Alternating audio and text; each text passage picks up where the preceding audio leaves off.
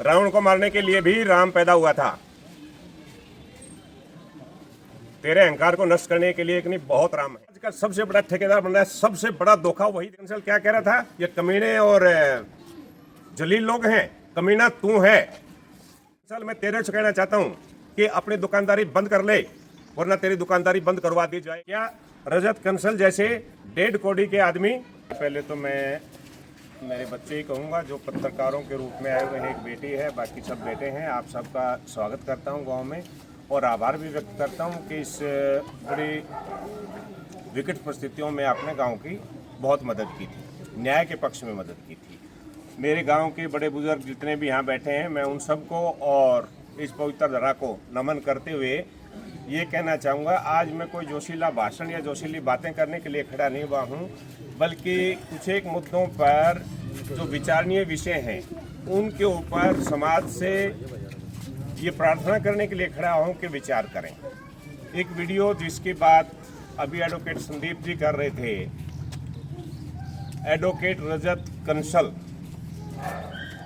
क्या कहता है कि कितने नीच और कमीने लोग हैं। मैं ये कहना चाहता हूँ, सभ्य समाज में ऐसे गाली देने वालों के, ऐसे गालीबाज और ऐसी गालियों की जरूरत है? कोई भी समाज कहेगा ना। यदि मिस्टर रजत कंसल स्वयं गाली सुनना चाहता है, उसको इससे भी भद्दी और गंदी गाली देने वाले लोग हैं और देंगे।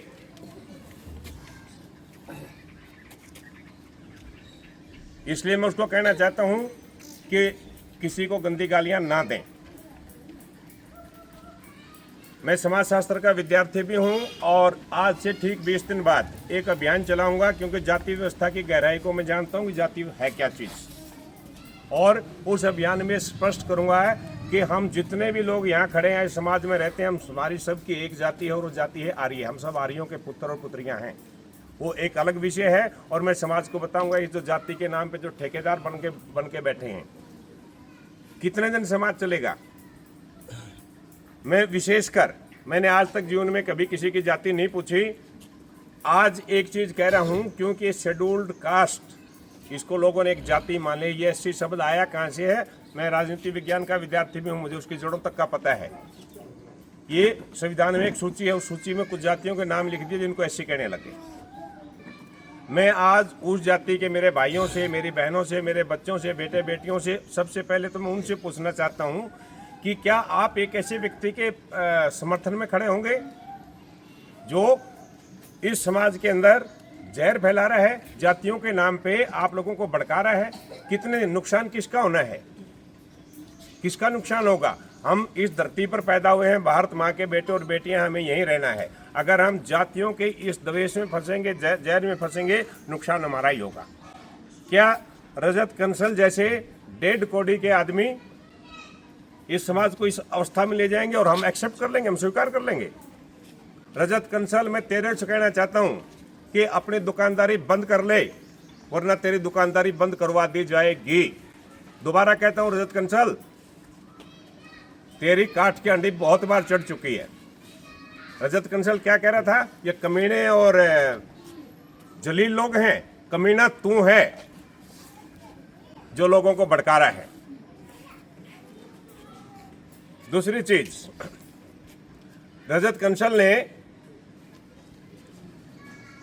जो एससी समाज का सबसे बड़ा ठेकेदार बन रहा है, सबसे बड़ा धोखा वही दे रहा है। रजत कंसल तू धोखा दे रहा है मेरे एससी समाज के भाई बहनों को। इसके घर से कितने चेक पकड़े गए हैं, पुलिस अथॉरिटी से पूछ लो चेक किसके थे और कहां से आए थे।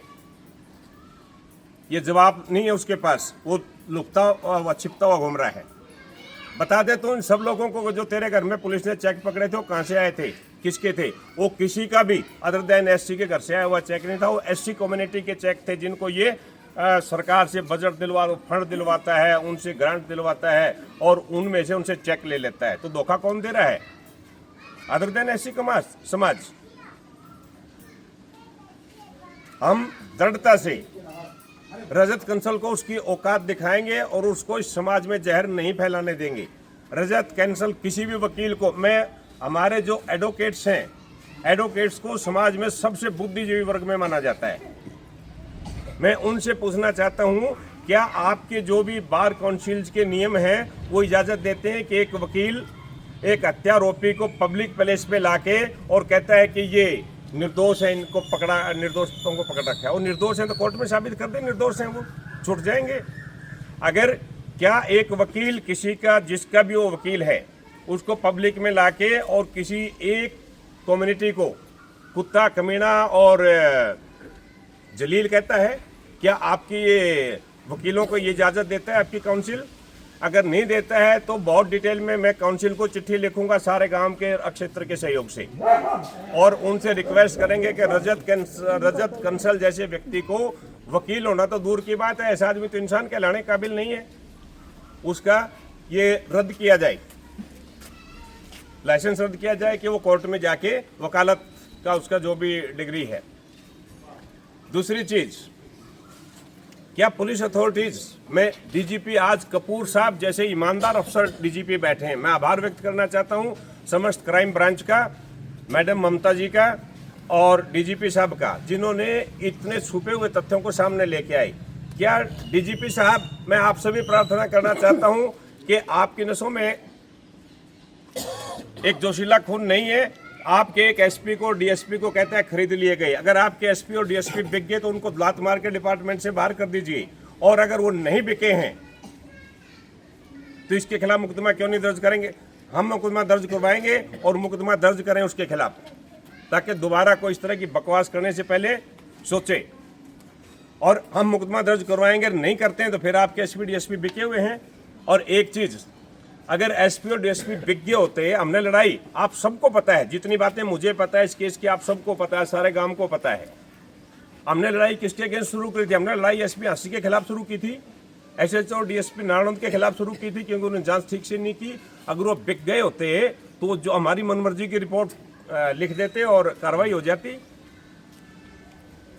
इसका मतलब रजत कलसन में इतनी सामान्य बुद्धि भी नहीं है कि वो ये बात समझ सके कि जिस एसपी और डीएसपी के अगेंस्ट सारे क्षेत्र के लोगों ने लड़ाई लड़ी और तुम उन्हीं को कहते वो बिक गए। ये बाटड़ा गांव में जो कांड हुआ, जिसमें वो ऑनलाइन कोचिंग दे रहा है किसी को कि जाटों के खिलाफ, ब्राह्मणों के खिलाफ किस तरह से मुकदमे झूठे दर्ज करवा दें, ये लाइन नहीं, ये लाइन लिख दो। वो मेरे ख्याल में ऑडियो आई थी उसकी, वो आप लोगों ने सुनी होगी, नहीं सुनी हो तो सुन लीजिए। क्या एक वकील का ये काम है? क्या एक आदमी का, मैं तो वकील की बात छोड़ो, एक सामान्य आदमी भी जो है उसका ये काम है कि वो इस तरह की कोचिंग दे कि झूठे मुकदमे कैसे दर्ज करवा जाते हैं, कौन सी भाषा लिखो, कौन सी लैंग्वेज लिखो, क्या लाइन लिखो। इन सब में बहुत हो चुका है, बहुत हो चुका है। हम किसी से व्यक्तिगत द्वेष नहीं पालते, इसलिए रजत कंसल आप कहलाने के लायक नहीं है, इसलिए मैं आपको नहीं तू कह रहा हूं। रजत कंसल, मैं तेरे को कह रहा हूं कि संभल जा। रावण को मारने के लिए भी राम पैदा हुआ था। तेरे अहंकार को नष्ट करने के लिए एक नहीं, बहुत राम है। शांति प्रिय गांव 6-5 महीने धरना चला। लोग कहते थे कि आज यहाँ लाठीचार्ज हो जाएगी, आज फलाना हो जाएगा। आप लोग गवाह हैं इस बात के। लाठीचार्ज तो होना तो दूर की बात है, कभी किसी ने किसी की तरफ एक कंकर भी नहीं फेंकी। गवाह हैं आप लोग। वो इसलिए कि हम शांति प्रिय हैं। हमारे बड़े बुजुर्गों ने, इस दादा खेड़ा ने, जिसकी शरण छाया में हम बस रहे हैं, उसने हमें शांति से रहना सिखाया है। लेकिन शांति से रहने का मतलब, चुप रहने का मतलब, शांत रहने का मतलब कायरता नहीं होती। अगर कोई ये सोचे बैठा है कि अब तू इतना बड़ा बहादुर बन गया कि तेरे खिलाफ कोई उठने और बोलने वाला नहीं है, तो बोल जाना इस बात को। मैं हाथ जोड़ के प्रार्थना करता हूं समाज के हर वर्ग से। पहली बात तो मैं दोबारा ही रिपीट कर दूं कि समाज, और प्रमाणित करूंगा, समाज शास्त्र का विद्यार्थियों को प्रमाणित करूंगा कि जाति व्यवस्था है ही नहीं। मैं आप लोगों से एक दिन पूछूंगा क्या जाति, आप सबका एक जवाब होगा, हमारी हैं सबके सब।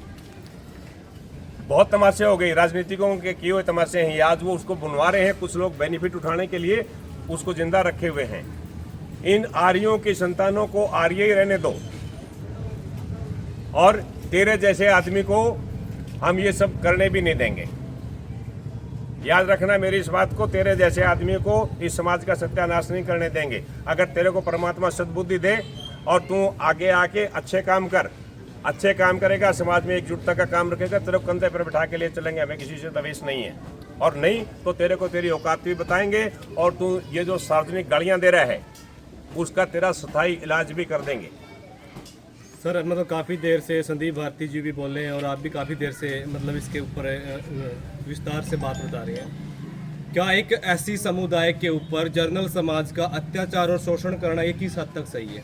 हाँ, किसी भी समाज पे किसी का भी शोषण करना सही नहीं है। अब मैं आपसे पूछता हूँ, आप जवाब दीजिए। ये माया देवी को वहाँ खड़ा करके कहता है कि इनके साथ अन्याय हुआ है, इनको झूठा फंसा रखा है, वो एससी समाज के ऊपर शोषण है। उसकी लैब रिपोर्ट कहती है उसके बेटे ने बलात्कार किया है। बिल्कुल, देखो वो क्रिमिनल की श्रेणी में आता है और क्रिमिनल है। अगर कोर्ट में वो सबूत साबित कर देंगे। नहीं, आप मेरी बात सुनिए। आप मेरे बच्चे हैं और आपकी नहीं किसी की भी काबिलियत नहीं कि आप मुझे भटका दें। आपने जो पर्सन खड़ा है मैं उसके ऊपर बात कर रहा हूँ। हम बात कर रहे हैं कि वो एक क्रिमिनल को लोगों के बीच में खड़ा करके कहता है कि ये जायज है, इनकी मदद करो। एससी समाज के या किसी के ऊपर भी अत्याचार का प्रश्न ही नहीं उठता। अगर एससी समाज के ऊपर अत्याचार होता है कहीं, तो सबसे पहले मैं उठ के चलने के लिए तैयार हूँ। जो मदन हेड़ी में जो मामला हुआ उसके बारे में आपका नहीं, मुझे उसकी जानकारी नहीं, बिना जानकारी के मैं बोलता नहीं हूँ। अगर कहीं पर भी किसी के साथ भी अत्याचार हुआ है, एससी के साथ क्या, इसका मतलब एससी के साथ अत्याचार हो तो बुरी बात और बाकी किसी के साथ हो तो? सर आपने बाटड़ा कांड मैं 1 मिनट आपसे बात करूंगा, पहले इस बच्चे की बात कर रहा हूं। नहीं बेटा, आप मेरे बच्चे हो और मैं आपको बहुत कुछ सिखाने की काबिलियत भी रखता हूँ, इसलिए बात कर रहा हूँ। आपने ये प्रश्न क्यों किया कि एससी समाज के साथ या कोई समाज में किसी के साथ भी अत्याचार होता है तो अच्छा है क्या? बिल्कुल, वो किसी भी हद तक सही आपका बेसिक प्रश्न ही गलत था। प्रश्न ये होना चाहिए समाज में किसी के साथ भी अत्याचार होता है तो एक बात सुनिए। ये मैंने क्वेश्चन क्यों किया, क्योंकि उनके साथ में अगर चलो ठीक है आग नहीं लगी तो धुआं तो हुआ है। अगर उनके साथ में कुछ होता है तभी वो रजत कंसल तक जाते हैं। अगर वहाँ थोड़ी सी है तो रजत कंसल के पास जाने के बाद में मामला बहुत ज्यादा गंभीर हो जाता है। ऐसा मामला ही क्यों होता है कि उनको रजत के पास जाना पड़े?